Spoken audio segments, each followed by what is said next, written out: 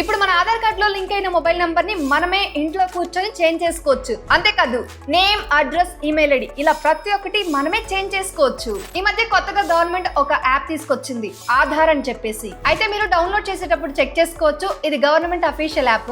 So ఎలాంటి భయం లేకుండా నిర్భయంగా ఇన్స్టాల్ చేసుకోవచ్చు. ఇది మీకు ప్లే స్టోర్ ఇంకా యాప్ స్టోర్ రెండింటిలోనూ లభిస్తుంది. అయితే ఇన్స్టాల్ చేసిన తర్వాత మీ ఆధార్ నంబర్ ఎంటర్ చేసి అథెంటికేషన్ ఇవ్వాల్సి ఉంటుంది. ఇది కంప్లీట్ అయిన తర్వాత యాప్ ఇంటర్ఫేస్ అనేది ఇలా ఉంటుంది. దీన్ని కొంచెం పైకి స్క్రోల్ చేస్తే మై ఆధార్ అప్డేట్ అనే ఒక ఫీచర్ కనిపిస్తుంది.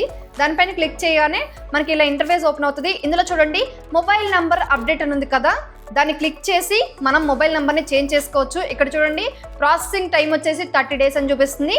ఇంకా ప్రాసెసింగ్ ఫీ వచ్చేసి 75 rupees అని చూపిస్తుంది.